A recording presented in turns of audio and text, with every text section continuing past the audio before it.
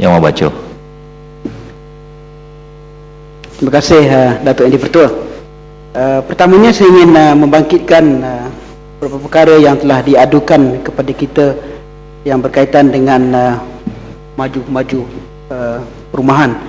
Antara isu yang paling besar yang sampai ke maklumat kita adalah tentang kelewatan pengeluaran hak milik strata yang masih merupakan masalah ataupun isu penting yang dihadapi oleh pemilik-pemilik harta berstrata seperti pangsapuri, kondominium dan sebagainya. Dan kebanyakan daripada kelewatan pengeluaran hak milik strata ini adalah berpunca daripada pihak maju yang tidak mematuhi akta hak milik strata. Soalan saya adalah apakah tindakan yang diambil oleh pihak berkuasa terhadap pemaju-pemaju yang engkar dan ataupun gagal mematuhi hak milik strata, dan apakah langkah-langkah yang diambil oleh pihak berkuasa untuk mengatasi masalah penyalahgunaan ataupun penyelenggaraan hak milik strata tersebut. Keduanya, Datuk Yang di-Pertua, adalah kenyataan yang saya perolehi daripada Office of the Press Secretary the White House, dan ingin mendapat penjelasan daripada kerajaan tentang hubungan negara kita dengan Afghanistan. Dengan izin saya mohon untuk membacakan beberapa patah kenyataan yang dikeluarkan oleh White House.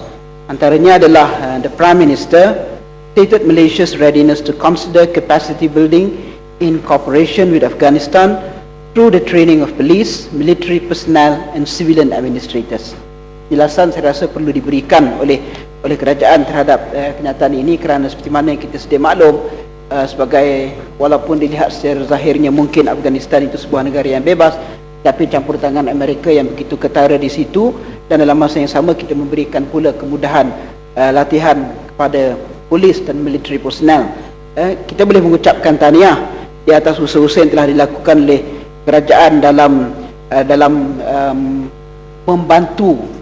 menolong membantu membangunkan Afghanistan, kerana dalam kenyataan ini juga ada disebut tentang in addition to the training of Afghan teachers and public officials which is Malaysia currently undertaking, tapi komitmen baru yang disebutkan oleh Perdana Menteri seperti mana yang disebutkan pula oleh White House ini perlukan penjelasan di dalam Dewan ini dan perlu penjelasan daripada kepada rakyat.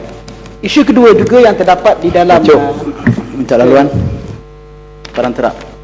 Sila. Saya tarik dengan isu yang dibangkitkan oleh Baco. Terima kasih kepada Yang Ketua, iaitu tentang pelibatan Malaysia dalam misi ke Afghanistan. Mana yang kita ketahui, banyak negara sudah pun menarik semula tentera mereka daripada Afghanistan dengan alasan yang sama sebelum ini. Mereka hantar tujuan untuk pembangunan, perubatan dan juga latihan. Tapi sudah ada negara yang sudah pun menarik diri, termasuklah daripada Belanda, Perancis. Mereka menarik diri kerana tekanan daripada rakyat mereka sendiri. Daripada kajian yang dibuat oleh satu study, iaitu PEW Global Attitudes pada Jun 2007, daripada 47 negara yang hantar tentera, hanya 2 negara sahaja disokong oleh rakyatnya, itu pun daripada Israel 59% dan juga Kenya 60%. 45 negara rakyatnya menentang penghantaran atau misi ke Afghanistan. Adakah Pacuk bersetuju kalau saya katakan bahawa kita seolah-olah nak digunakan oleh Amerika dalam keadaan negara lain sudah pun menarik tentera mereka, kita pula nak pergi masuk ke sana? Dan saya dapat maklumat bahawa Al-Qaeda memberikan amaran kepada mana-mana negara yang terlibat dalam misi ini, mereka akan jadikan negara tersebut juga target mereka. Jadi apa pandangan Pacuk? Terima kasih. Terima kasih Padang Terap. Itulah yang saya bangkitkan tadi. Maknanya kita mahu penjelasan pendirian kerajaan dalam isu yang amat sensitif ini, kerana kita tidak mahu sampai kepada satu peringkat nanti niat ikhlas mungkin untuk kita membantu membangunkan sebuah negara yang perlukan sangat bantuan daripada kita, akhirnya akan menjadi ibarat pepatah menanggung biawak hidup, di mana kita akan mungkin mendapat kesan-kesan sempengan sama ada dalam bentuk apa saja sekalipun, termasuklah daripada gerakan-gerakan yang boleh membawa kepada keganasan. Sebab concern saya adalah dua isu tadi. Kita tidak menafikan usaha yang berkaitan dengan guru, dengan public official, tapi bila pergi kepada training of police and military personnel, tentulah ini akan melibatkan hal-hal yang jauh lebih daripada hal-hal yang berkaitan dengan pengurusan pentadbiran awam.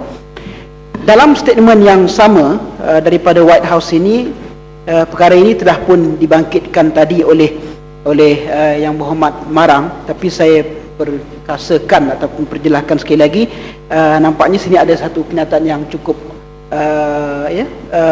boleh disebut sebagai official pendirian kerajaan dalam hal yang berkaitan dengan Iran dan nuklear. Sekali lagi saya mohon izin untuk saya bacakan statement daripada White House ini. The two leaders also agreed on the need for the international community to send a clear signal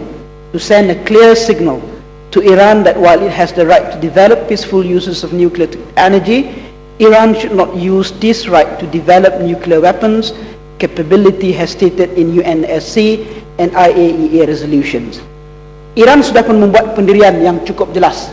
Pendiriannya ini telah pun diketahui di seluruh dunia. Apa yang mereka bangunkan, apa yang nak mereka gunakan, dan pendirian ini adalah pendirian yang juga dihormati oleh banyak negara-negara dalam dunia ini. Tapi kenapa pula kita harus mengikut dalam konteks ini saya melihat seolah-olah mengikut telunjuk Amerika untuk kita seolah-olah memberikan warning kepada Iran untuk mengambil ataupun menggunakan nuklear ini pada bidang-bidang ataupun tempat-tempat yang tertentu saja. Ini juga harus mendapat penjelasan daripada kerajaan tentang pendirian sebenar kerajaan kita dalam isu ini dan siapa sebenarnya yang hendak disokong dalam konteks ini. Kerana di sana jelas apa yang telah disebut oleh Iran dalam konteks nuklear pendiriannya, dan di sini semacam ada satu tekanan dan tadi telah dibangkitkan oleh Marang, kenapa tidak pendirian yang sama secara terbuka kita buat kepada mana-mana negeri yang ada kita tahu